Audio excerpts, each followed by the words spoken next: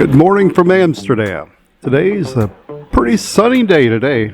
Unlike Gothenburg where it rained on us. Hardly a cloud in the sky here. Here, we're going to be going down to the rail station. Right down, as you can see, the Prima is in our way. But right down here is the rail station where everything terminates at. From there, we'll go up, do a canal cruise, go down the street, probably taste wine, cheese, visit the flower garden, see what all we can get into there. We haven't booked anything through the ship, but we'll see what we can find. You see all the longboats parked right at the next pier over. That's what we'll do today, is see what all that we can get into and not pay as much. It looks like the Prima is getting ready for another trip here.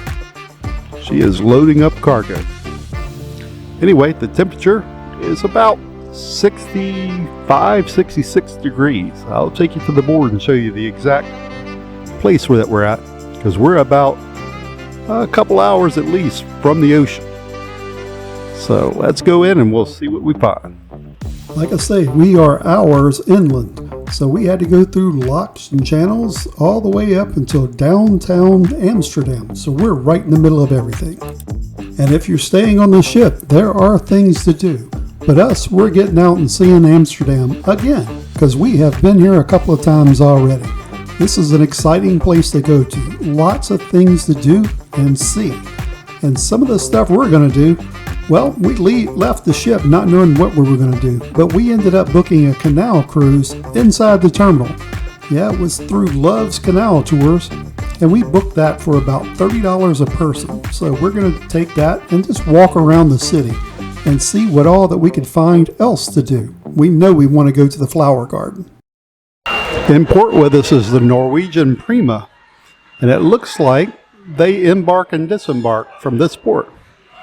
As you can tell by all the supplies that they're loading up, this is the produce for their next voyage.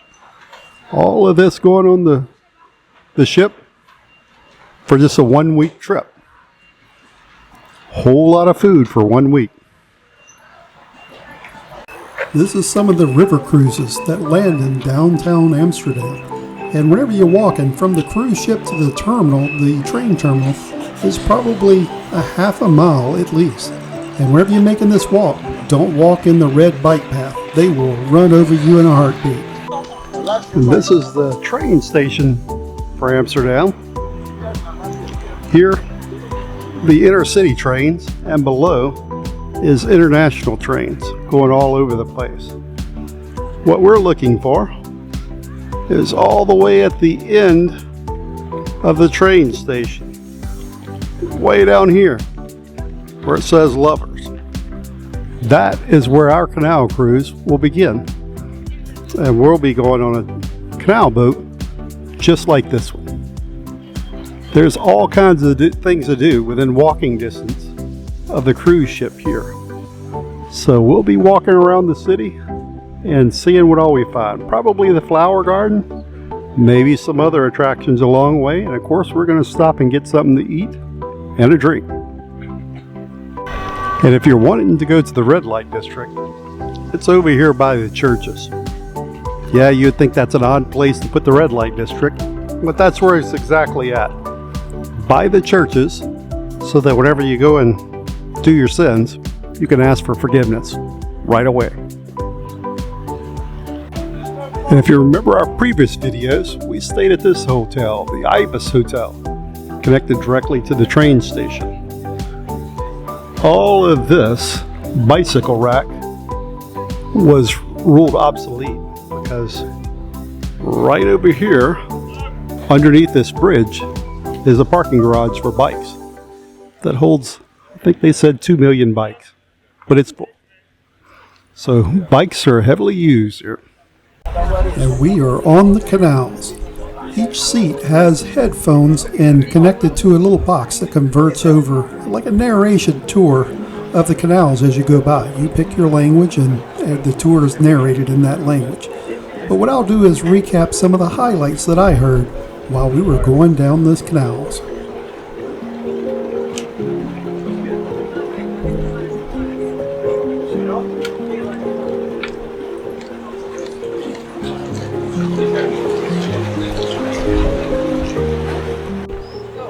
The name Amsterdam came from whenever that a dam was placed on the Amstel River. Thus the city name was born, Amsterdam, which became Amsterdam. And all this happened about 500 years before the United States was born, before our Declaration of Independence.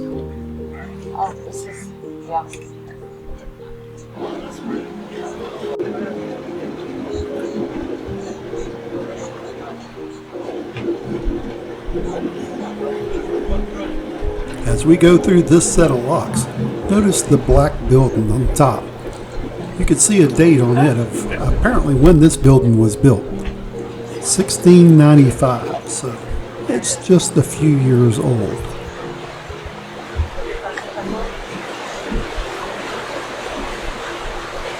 Notice on top of the buildings is a bar with a hook on it. This is to bring freight up in the old days so that they can get it all the way to the top floors of the buildings.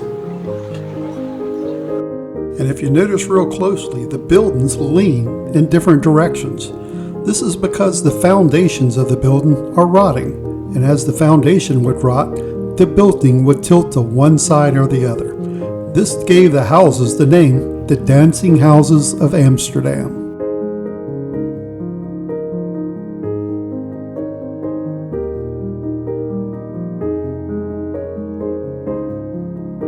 And in case you're wondering why the houses are so skinny and tall instead of a little bit bigger, it's because of taxes. You paid taxes according to how wide your building was, not how tall. So that's why they became skinny and tall, to save on taxes. The canals and bridges are everywhere in Amsterdam. In this one picture, you can see 7 bridges lined up on one canal. This offshoot of the main canal in Amsterdam.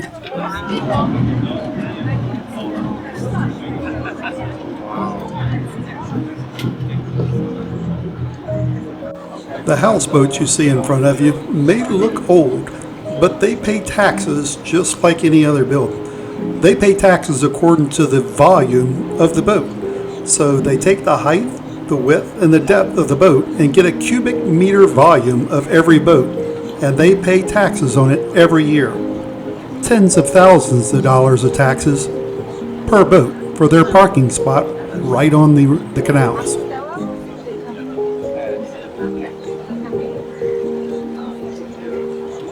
And this father has taught his kids to swim at an early age, so they're out paddleboarding right through the heart of the canals with all of the boats going by. And the bikes that are all along the side of the river, well, a lot of them end up in the canal. As you can see by this barge load of bikes, we passed by a barge that was picking bikes up out of the canal, just scooping them up and putting them in a barge to haul away. So thousands of bikes are in the canal. Some of the bridges still operate to get larger boats in and out of the canals. Here you can see one bridge that opens up from the middle. So all you'd have to do is call ahead or use your iPhone and signal that you're looking to go through the bridge, and it will open up and allow you to transfer through. Not sure when this bridge was built, but it definitely looked like to be one of the older bridges in the area. I'm not sure how the old boats of the 1600s or before navigated these canals, because you have to think that was before the steam engine, so all you had was sails to navigate through the canals. And some of these canals made you think of Venice going through them. Not very wide at all, just wide enough for our boat, so just one way for the boat to go through, one at a time. If another boat's coming, somebody has to back up.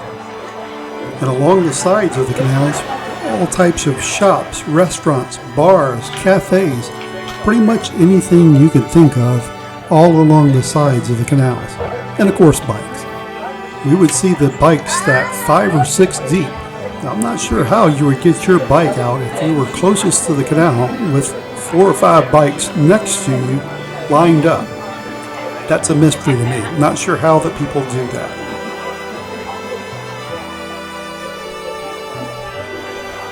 This is the largest restaurant floating in Europe, a Chinese restaurant at 3 stories tall. And flowers are everywhere along the canals in Amsterdam. As you'll see shortly, we'll go to the floating flower gardens. And this church could very well house the bells heard in the Anne Frank novel. I couldn't remember the exact church, but this could be it. And the Canal Cruises are everywhere at the foot of the train station. Here you can see several other companies that offer canal cruises. In the middle of Amsterdam is Dam Square. This is the square for the city, and where most of the older buildings are located. We'll do a little spin here so you can see what all is around. Of course, hot dogs. At the end of the street is a train station. And monument.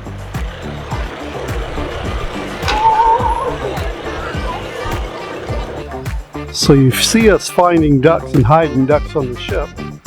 This is a store dedicated to the ducks. All kinds of ducks here.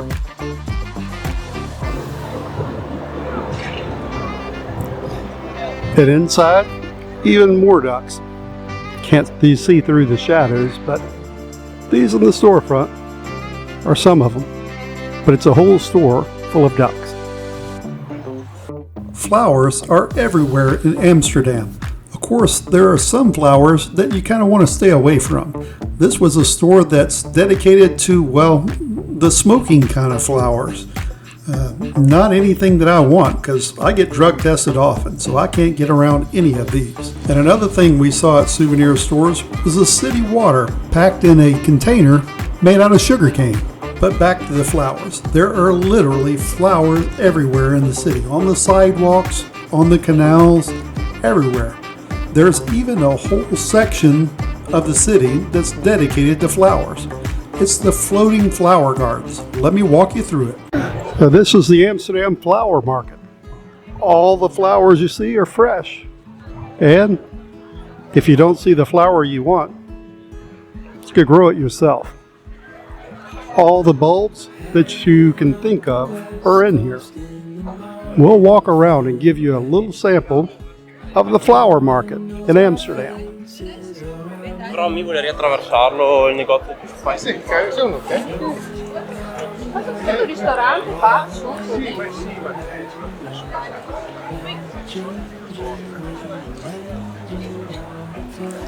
And yes, you can bring these back home. Some of them are packaged for shipment to the U.S.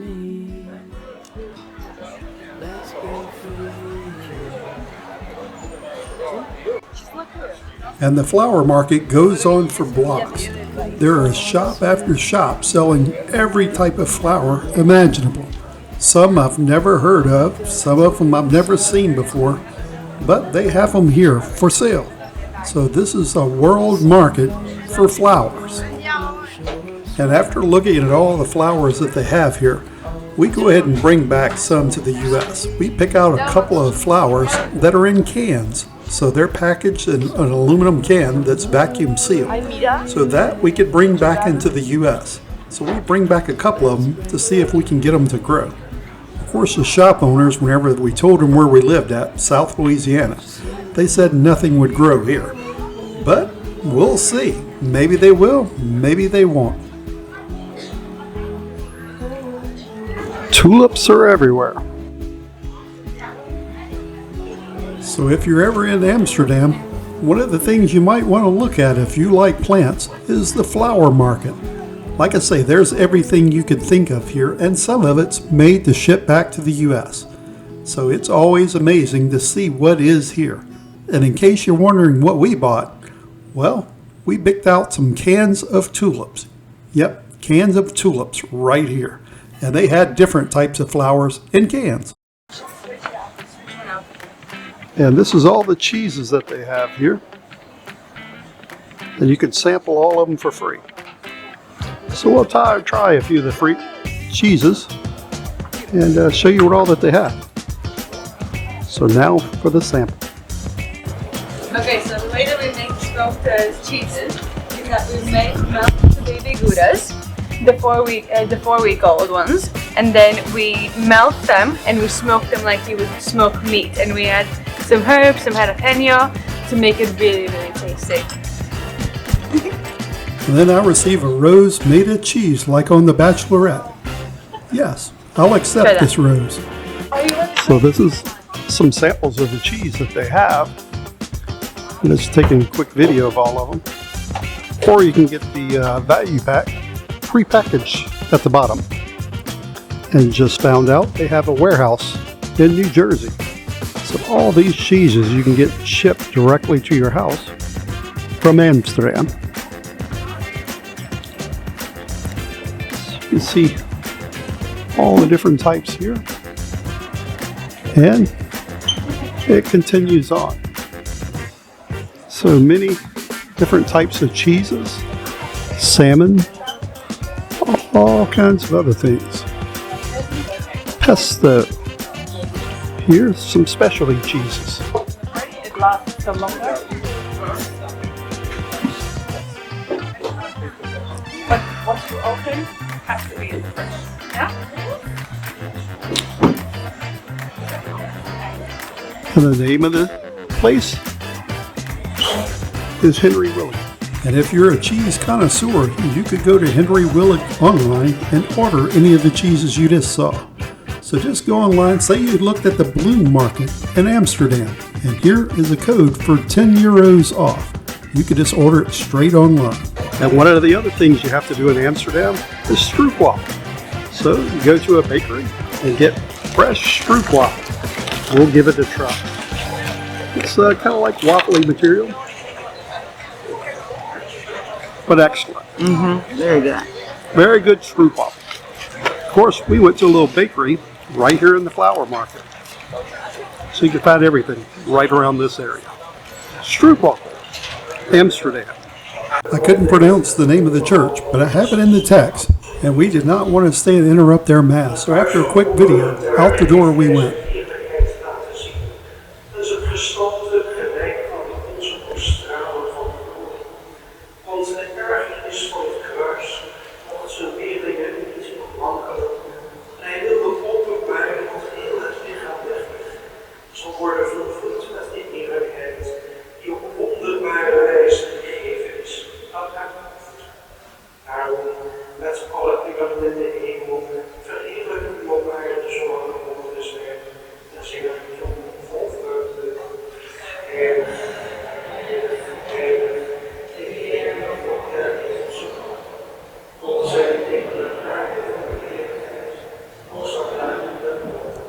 A little architectural note on Amsterdam.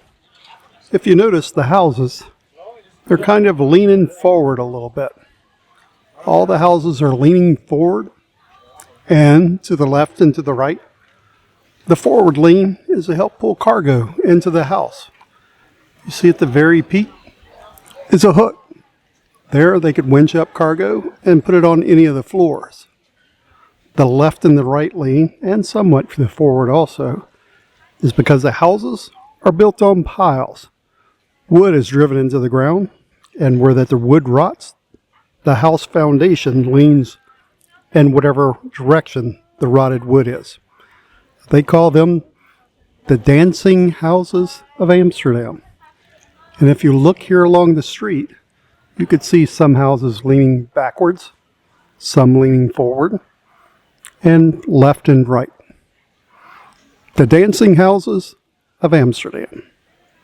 And it's snack time again. Here we stop at Dante, the restaurant. Here we find some drinks and also some different types of food. Of course, we have our normal hamburger, but also we have bitterballen.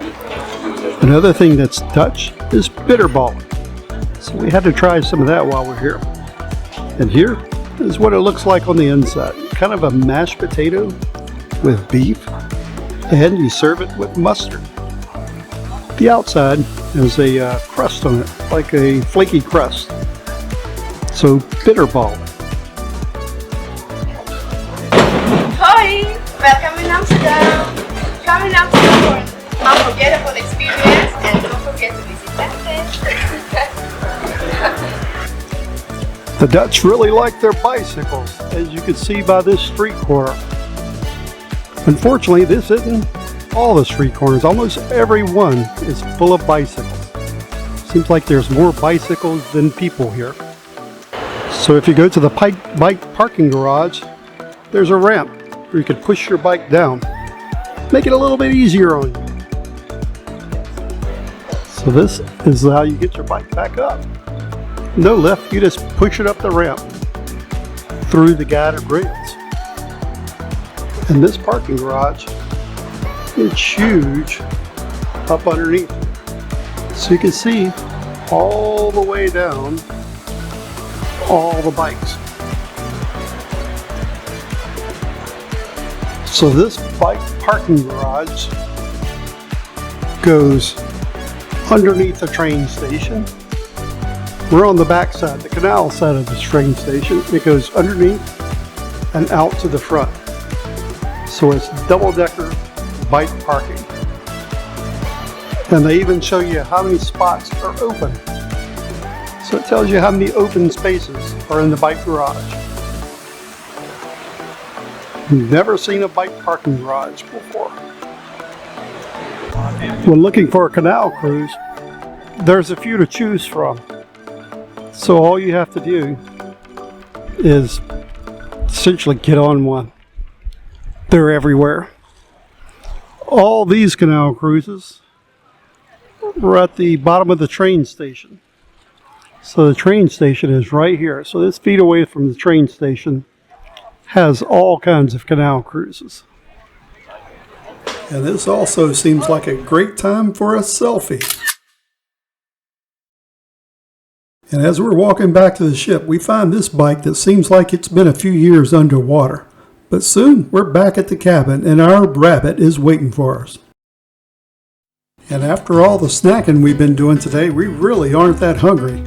But it's here and it's free, so we're going to eat it anyway. So we head on off up to the dining room to see what all that they have.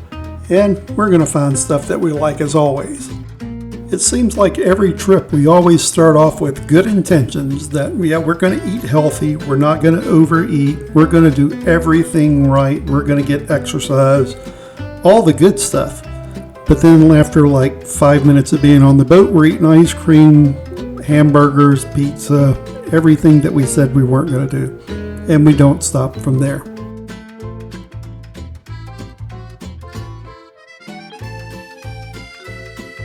And for dinner tonight, both Cheryl and I both had Caesar salad. And Cheryl finds her favorite on the menu, turkey and dressing.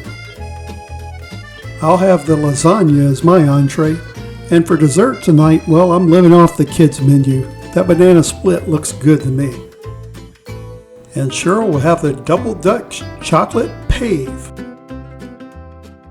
And we're a long ways inland, so we get to see the wildlife on the way out. Swans and sheep. And of course, one of the other things that Amsterdam's famous for, locks. So we'll go through a set of locks before going back out into the North Sea. And this set of locks doesn't have the rise and fall as you see on the Panama Canal, but functionally they're the same thing. We'll rise up and go back out into the North Sea. Of course, we're only going up by just a few inches. And the process of going through the locks is very slow. As you can see, whenever that we go in, the sun is still up somewhat, but by the time we come out, the sun is long down. The set of locked doors at the front is closed, and as the ship pulls in, the doors behind us will close, locking us in between the two doors. Then the water is equalized. A big valve lets the water go from the North Sea into the locks, raising the ship just a few inches. And then the front doors will open and out into the North Sea we'll go. The process of raising the ship took about an hour, but I've sped the video up and, well, you could see it in just a couple minutes. And that's it. That's as far as we raised. The front lock doors are opened and we cast off the rope as we're tied up in the middle of the locks. Here you can see the back gate. That's the one that was the last one to close. And we'll start moving forward here shortly.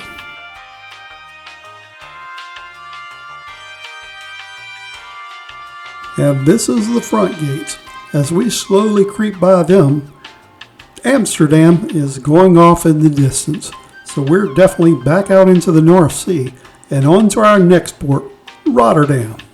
To all you subscribers, thanks for watching, and if you haven't subscribed, there's a subscribe button right at the bottom of your screen. Go ahead and hit the subscribe button and a bell, and that way you'll be notified each time a new episode comes out. We're trying to get to 1,000 subscribers. Right now, we're a little over 400.